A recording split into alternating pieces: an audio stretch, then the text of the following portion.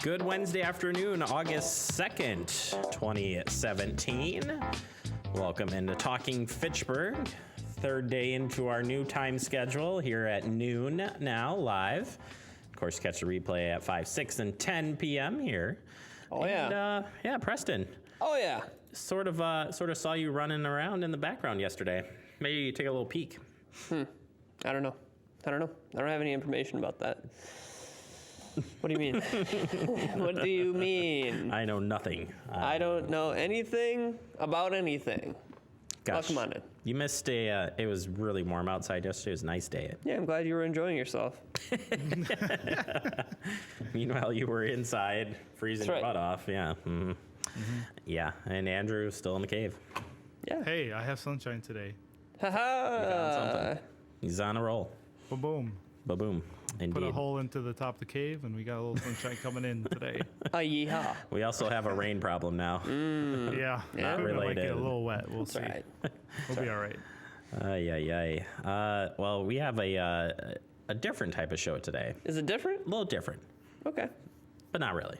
How's it different? Well, we've got more headlines than we've ever had today. More headlines that we know what to do with. Yep, so we had to push them into the digest today. They spilled There was that over. many. Wow. Yeah, we were out Ba-boom. in full force yesterday and this morning. So we have so many things to cover that we had to go 2 headline segments today. Wow. So it's Good work. It's a lot of stuff happening today. is. And then we're going to review the solar project that's approved and will be coming Tasty. here. It is tasty. I feed on chlorophyll. I need that sun. Boom. Really? Hello. Just like a plant. Photosynthetic. What up? Are you learning us right now? Oh, I'm learning ya. Ah. Get learned. Also, today, favorite ice cream novelty. We'll talk about that. Ice cream sandwich. And maybe you're right. And also talking about a book that you blank in. Color? Oh, my gosh. Hey, who knows? Could be a you- twist. Could be a Mad Lib. It could When you be. write in it. You write it. Live mad. A Lib Mad. There you Of course. There you go. It's a All right. Sudoku book. Oh, gosh. Maybe that's a show we need to do. No, thank you. Too hard. I don't need to display my math skills here for everyone. keep them Keep them tucked protected. away. Yeah. That's right. Doesn't help when you have 9 toes. That's all I'm well, saying. Hey, that's true. Hey, but there's only 9 squares in Sudoku, so you're good. Hey-yo. All more you right, know. let's... Wow. The more you know. It's just blowing away here. Let's get you caught up on headlines this morning, and starting with some unfortunate news this morning. Fitchburg Police Department investigating another shooting.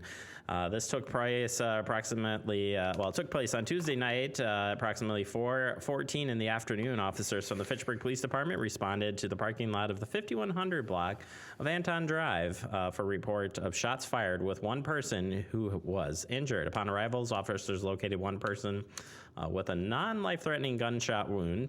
Police believe that this is an isolated incident and have no reason to believe that the public is in any danger.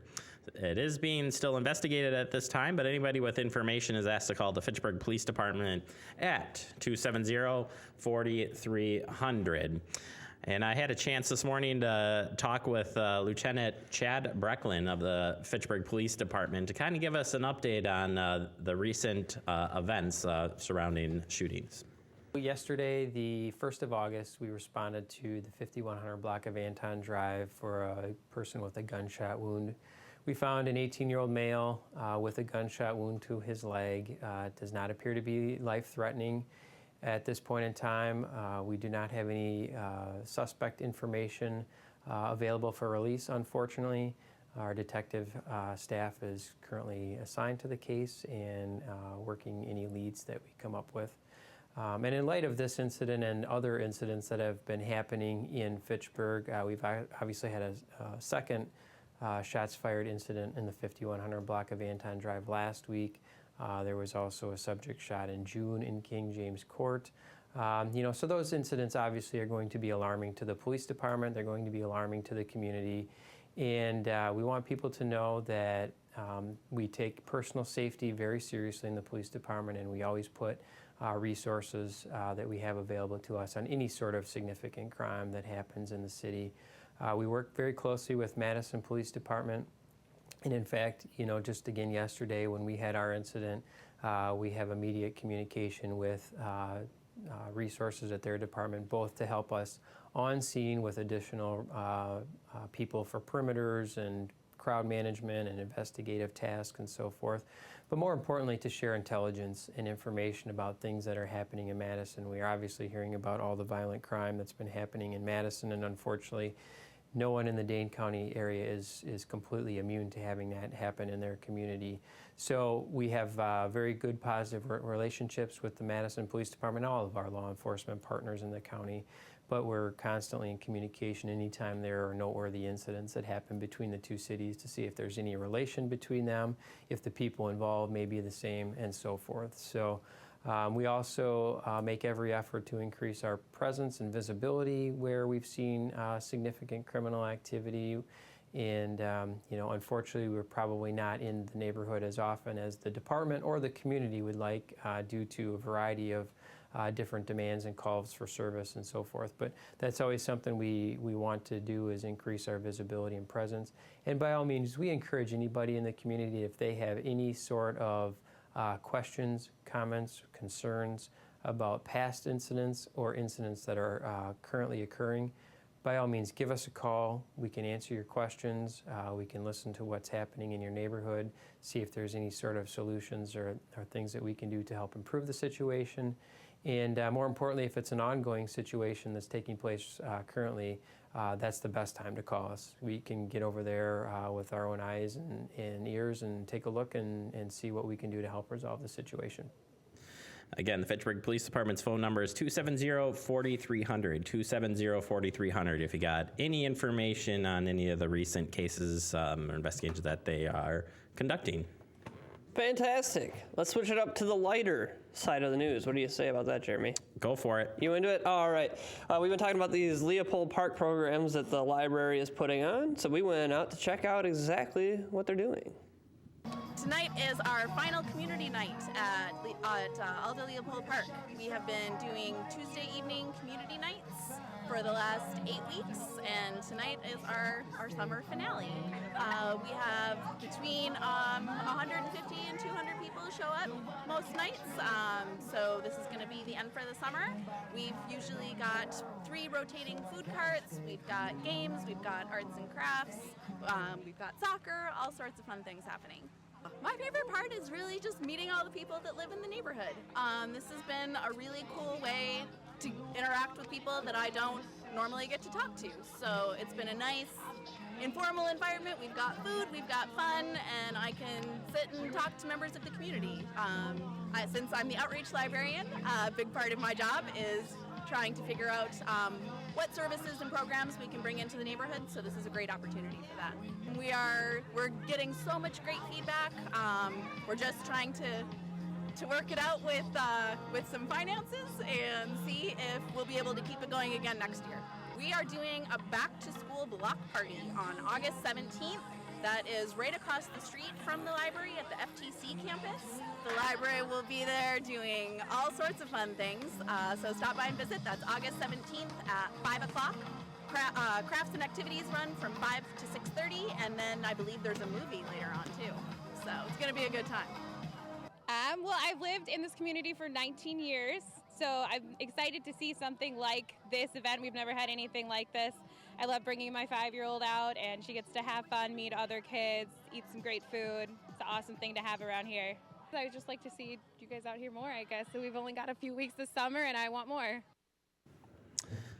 Looks like a fun time had by all out there. Sure does. And we'll have more information on that block party coming up shortly Good call. in this very show. All right, last night I had a chance to head out to the town of Cross Plains for a talk about rural broadband. Yeah, there's some new funding coming to Dane County to help the rural broadband issues surrounding, but a little discussion last night on how one local village kind of working together to solve some issues. Take a look. this is from the PSC. This is a little blow up. I actually live right here. This is supposed to be 25 megabit per second down and 3 up. This is supposed to be 3 to 9 down, and then it would be some ratio back up. So when you look at the maps of PSC, it's like, well, what's wrong? Why am I like getting nothing here, right? The map says I should get plenty. Well, TDS wouldn't even commit. We have TDS. TDS wouldn't even commit to the 3 and the 9 megabits. They said, we'll give you 750 kilobytes per second. So I said, well, I could probably do an email. You know, that's better than nothing. At least I'm part of the economy somewhere. I use speedtest.net, and we really got 128 kilobytes per second. That's when it ran, which is about once out of every 3 times. So our internet service for all practical purpose was totally non-existent.